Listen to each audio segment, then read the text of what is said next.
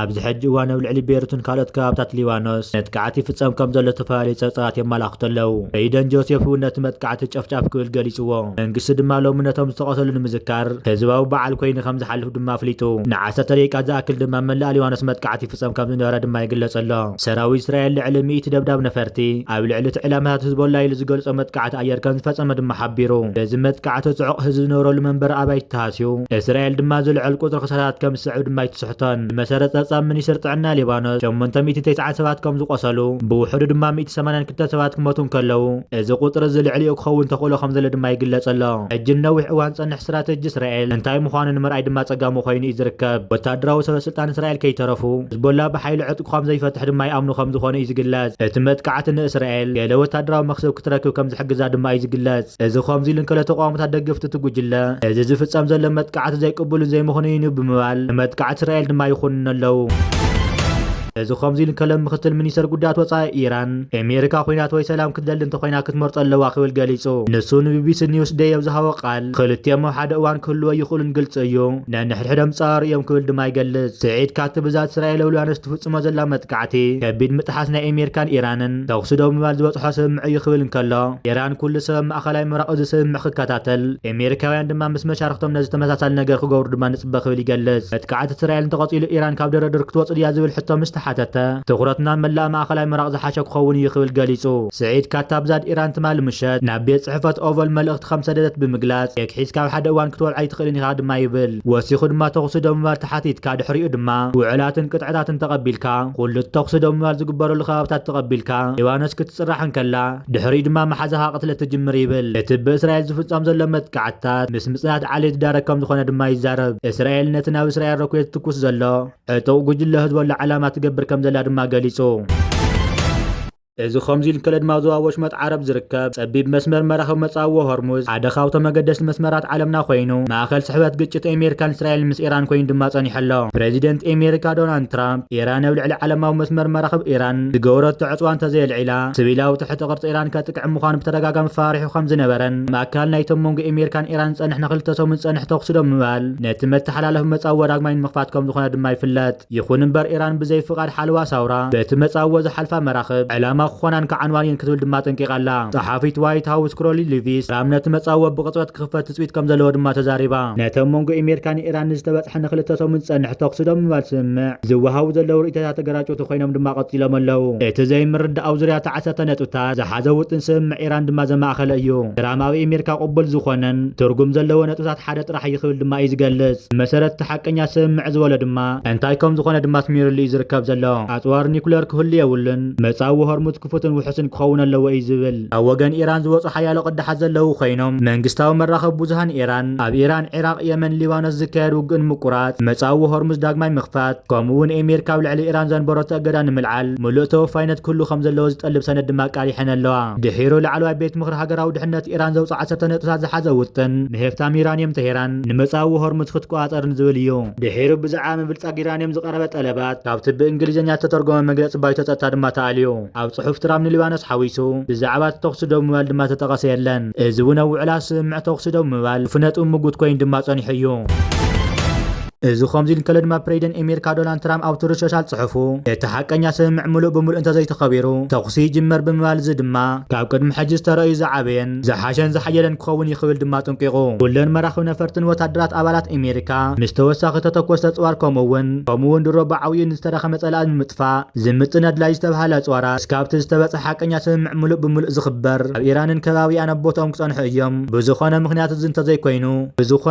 እዚ እንተዘይኮይኑ ከምኡ ይኸውን ኢለይ ግመር ሽዑ ድማ ተኹሲ ይጅመር ክብል ገሊጹ። ካብቲ ቅድሚ ሕጂ ዝረኣናዮ ዝሓሸን ዝሓየልን ይኸውን ድማ ክብል ገሊጹ። እዚ ቅድሚ ነዊሕ እዋን ምስቲ ኩሉ ናይ ሓሶት ትረኻታት ዝተስማዕማዕና ኢና ክብል ዝገለጸ ኮይኑ ኣጽዋር ዩራንየም ክህሉ የብሉን መጻወ ሆርሙዝ ክኽፈት ውሕስ ክኸውን እዩ እስካብ ሽዑ ሰራዊት ናይ ዕጠቐን ይዕርፍን እዩ ዘሎ ክብል ይገልጽ። ብሃንቀውታ ንጽበብ ብሓቂ ናብ ዝቕጽል መድረኽ ኣሜሪካ ተመሊሳላ ክብል ድማ ይገልጽ።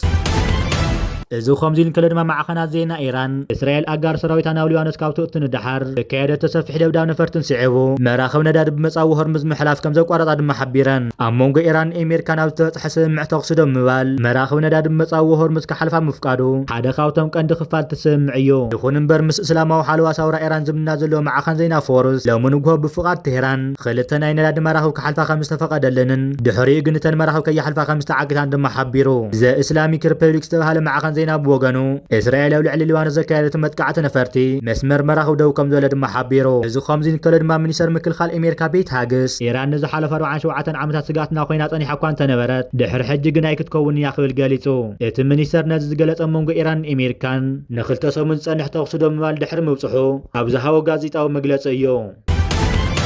ቤት ሃግስ ምስ ኣቦ ወንበር ወታደራዊ ኣዘዝቲ ቤት ታጎን ጀነራል ደንኬን ሓቢሩ ነዚ ጋዜጣዊ መግለፂ ድማ ሂቡ ሄግስ ፕሬዚደንት ኣሜሪካ ዶናልድ ትራምፕ ነዚ ህሞት ፈጢርዎ ኢራን ተኽሲ ዶ ምባል ለሚናትና እያ እዚ ድማ ኩላትና ንፈልጦ ኢና ብምባል ድርሒት ቁጥዕ ወይ ድማ ኦፕሬሽን ኤፒክ ፍሪ ታሪኻውን ንምእማኑ ዘጽግምን ዘድንቕን ምዃኑን ራዊት ኣሜሪካ ንወታደራዊ ሓይሊ ኢራን ከም ዝደምሰሶ ድማ ገሊጹ ብደረጃ ዓለም ንሽበራ ዝድግፍ መንግስቲ ንህዝቡ ይኹን ንመሬቱ ክከላኸል ፍጹም ዓቕሚ የብሉን ብምባል ነቲ ግዜያዊ ተኽሲ ዶ ምባል ንሰላም ዓለም ዓባይ መዓልቲ ክብል ድማ ንኢድዎ ሕግስ ኣሜሪካን ሓይሊ ባሕርን ሓይሊ ኣየርን ኢራን ንምጥፋእ ዝነበራ ወታደራዊ ዕላማ ከም ዘሳኽዐት ብምግላጽ ኣሜሪካ ሰማያቶም ተቋፂራ ተላ ክብል ድማ ገሊጹ እቲ ሚኒስተር ኢራን ነቲ ተኽሲ ዶ ምባል ብዓብዪ ፀቕጢ ከም ዝተቐበለቶ ብምምልካት ቴህራን ነቲ ዋሽንግተን ዘቕረበቶ ቅድመ ኩነት እንተዘይትቕበል ነይራ ብልድላታን መመንጨዊ ሓይሊ ኤሌክትሪክን ትሕቲ ቅርፅታት ነዳድን ፀዓትን ዕላማ ምኾኑ ነይሮም ክብል ናይቲ ፕሬዚደንት ድርኩኺት ድማ ገሊጹ ኢራን ዳግማይ ንምህናት 10 ዓመታት ከም ዝወስድ ዝገለጸ እቲ ሚኒስተር ምክልኻል መራሕቲ እታ ሃገር ነዚ ተገንዚቦም ኣብ ስምምዕ ክበፅሑ መሪፆም ብምባል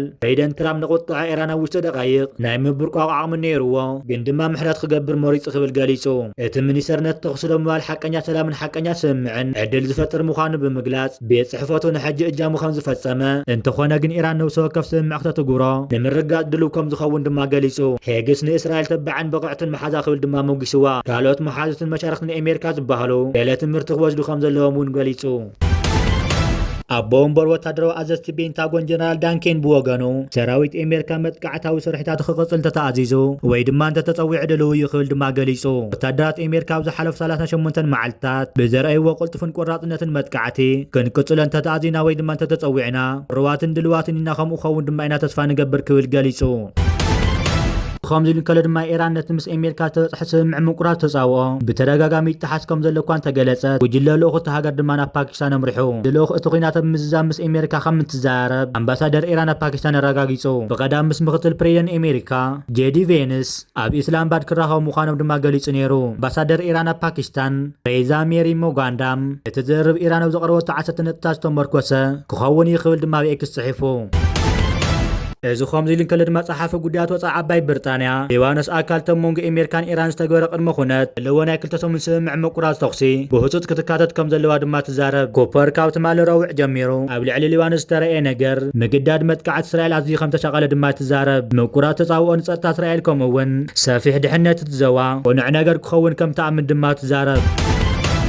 بخالي زينانا دما تسفا سلام ببلاستيك مسائل تتوكيو سمين كوران صاوعي سلام بلاستيك مسائل من لا شيبا منجت سمين كوران صاوعي سلام من دبلوماسين دو كوران نصيغو سمين كوريا خلطو زرا فتنات بلاستيك مسائل كم زكايا دما ينقر بمسارات حبريتا سراوي دو كوريا بينجيان فلا مخاو او رجا وسن حيالني حصير رحقات مسائلات كوتون شفن كلا دحر حيدة ساعات دما خالي العلي شو 700 كيلومتر رحقات زلو مسائلنا مرقاو بحر توكيسا إذا هاندبتاو سقمتي ايدن دو كوريا لجاي ماي مس سمين كوريا زلو زمدنا ناو نور مملاس وطر نمنكاي ليتو دحر مغلاص حدا معلت ايو يكون برسو سلطان سمين كوريا صعرت دو كوريا عشا تحساسوا خولو بمنصاق دو كوريا قطر حدا صلات هاجر كوينا تقصل مخانا دما بغلص افليتهم بفلايت لو مستتكوس خالاي مسائل زي سرع مسمر سعيو ايو اذ دما وتادراو تنتت جابان دو كوريان كاب سرعاتات مكلخال مسائل المهدام استدالو خون كم زخل دما سكفتهم غليصهم اذ فصامن خنات ጸጥታ ምራቅ ኤስያ ዝያዳ ዘጋድዎ አሜሪካን መሻርክታነት ኩነታት በቀረባይ ካተለው ከም ዘለው ድማ ፍሊጠን ኣለዋ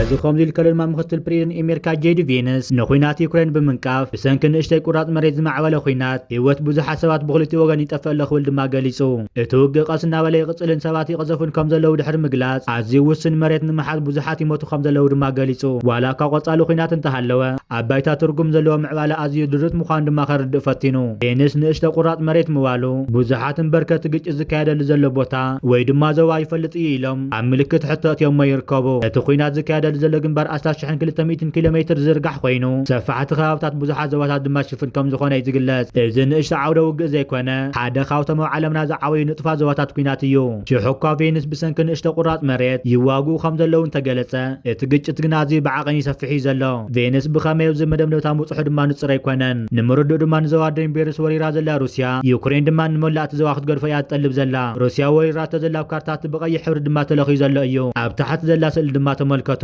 ዩክሬን ኣብዚ ግዜ ዝኣስታት 20 ሚእታዊት ናይቲ 5340 ኪሎ ሜትር ዝስፍሓቶ ዶኔትስክ ድማ ትቆጻጸር ሰፊሕ ግንባር ጋና ድማ ውግእ ይቕጽል እዩ ዘሎ መጥቃዕቲ ዝተውኣሎ ነፈርቲ መዳፍዕን ናይ መሬት ውግኣትን ድማ ጋና ይካየድ እዮም ዘለዉ እቲአን ሩስያን ዩክሬን ናብ ከቢድ ኩናት ድማ ተጸሚደን እየን ዝቕጽላ ዘለዋ ቅድሚ ሕጂ ዝተገበሩ ፈተናታት ተኽሲ ዶ ምባል ድማ ፈሺሎም እዮም ብዙሓት ኣሜሪካውያን ልዕል ወጻእታት ናይቲ ኩናት ድማ ክትሓስቦምን ክቃወሙን ድማ ጀሚሮም ኣለዉ ተኽሲ ዶ ምባል ናይ ፖለቲካዊ ፍታሕ ክግበር ዝጽውዕ ጻውዒት ድማ እናወሰኹ ይመጽ ኣሎ ዩክሬን ተኽሲ ዶ ክተብል ቅርብቲ ምዃና ክትገልጽ እንከላ ሩስያ ድማ ብትሕቲ ዝተወሰኑ ቅድመ ኩነታት ክትዘራረብ ከም ትኽእል እያ ድማ ትገልጽ እቲ ኩናት ነተን ሃገራት ጥራሕ ዘይኮነስ ንብዙሓት ሃገራት እናጸልዎ እዩ ዝርከብ ብኸመይ ይዛዘም ድማ ክሳብ ሕጂ ንጹር ኣይኮነን ዘሎ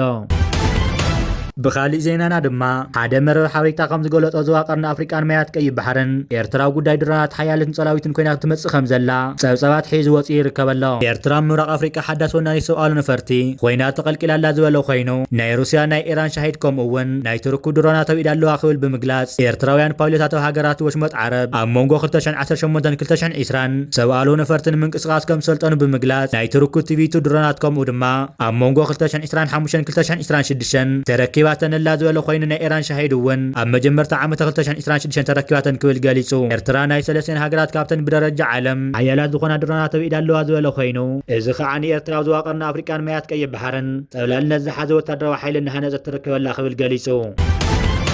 እዚ ከምዚ ኢሉ ከሎ ድማ ሓይሊ ኣየር ኤርትራዊ ሰማያት ኤርትራ ብነፈርቲ ኣቢለው ሰማያት ኤርትራ ልምምድ እናካየደ ዝተዘርግሐ ቪድዮ ዘራራቢ ኮይኑ ይርከብ ኣሎ እቲ ቪድዮ ብፍላይ ንስርዓት ብልጽግና ብራዕዲ እትይዎ ዝርከብ ዘሎ ኮይኑ እቲ ክፍክርዎ ጸንሑ ኩናት ብርሕቐት እዩ ዝውዳእ ክብልዎ ጸንሑ ፕሮፓጋንዳ ናብ ዘይወፅኡ ዓዘቕቲ ድማ እትይዎም ዝርከብ ዘሎ እተን ነፈርቲ ኩናት ድማ ኤርትራ ብዝሓፀረ እዋናት ካብ ሩስያ ዘእተወተን ከም ዝኾና እውን ኣብዚ ሓበሬታ እናተገለጸ እናተዘርግሐን እዩ ዝርከብ ዘሎ ስርዓት ብልጽግና ኣብዚ ሕጂ እዋን ንባሕርን ኣፍ ደገ ባሕርን እናበልካ ዝግበር ዘሎ ናይ ቀትሪ ሕልሚ ንምትግባር ነቲ ጸብለልታለኒ ኢሉ ዝምክሐሉ ሓይሊ ኣየር ተኣማሚኑ እዩ ከምዚ ዓይነት ዕብራን ዘካይድ ዘሎ ኣብ ዝሓለፈ ነቲ ምሩኽ ብርሃኑ ጅላ እቲ ኢትዮጵያ ንባሕሪ ተካይደ ኩናት ውሕድ ክሰራታት እያ ከተካይደ ከም ዘለ ድማ ይርስዓን እዚ ዘርእየና ድማ እቲ ምሩኽ ብርሃኑ ጅላ ላዕሎት መራሕቲ ስርዓት ብልጽግናን ብድሮናት ጸብለልታ ኣለና ዝብልዎ ዘለዉ ፈኸራታት ኣብ ልዕሊ ህዝብን መንግስትን ኤርትራ ብተደጋጋሚ ክፍክሩ ድማ እዮም ዝስምዑ መንግስቲ ኤርትራ ነዝን ካልእን ብምርኣይ ድማ እዩ ንሓይሊ ኣየርን ንሓይሊ ባሕርን ምክልኻል ምድርን ኣብ ግምት ብምእታው ዘመናዊ ጾራት ክዓጥቕ ጠኒሐን ዘሎን እተን መዛረብቲ ኮይነን ዘለዋ ነፈርቲ ኩናት ከዓ ኣብ ቀረባ እዋን ካብ ሩስያ ዝኣተዋ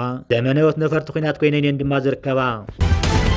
ኣብ ትሕቲ ፍሪደም 250 ዝብል ቃል መበል 250 ዓመት ምስራት ኣሜሪካ ንምጽምባል ኤምባሲ ሕቡራት መንግስታት ኣሜሪካ በስመራ ብዛዕባ ተን መደብ ጠፈር ኣሜሪካ ዝተግበረ ናይ መጀመርታ ብርኩተ ዘርኢ ምሸት ፊልም ንልዕሊ 400 ተሳተፍቲ ተዳልዩ እዚ ንጥፈታት እዚ ድሕሪ ልዕሊ 50 ዓመታት ንመጀመርታ ግዜ ሰብ ዝፀዓነ ዙርያ ወርሒ ዝኾነ መደብ ናይ ኔሳ ተገጣጢሙ እዩ እዚ ድማ ናይ ሎሚ ዓወታት ኣብቲ እቶም ዕንቅፋታት ዝሰገሩን ንዝኽእል ነገራት ዘስፍሑን ሰባት ዝሃነፅዎ መሰረት ተደኮነ ምዃኑን ኣሜሪካ ሕጂ እውን ዓብዪ ሕልሚ ክሓልም ምህላዋ ዝክረና ክብል ገሊጹ ኣሎ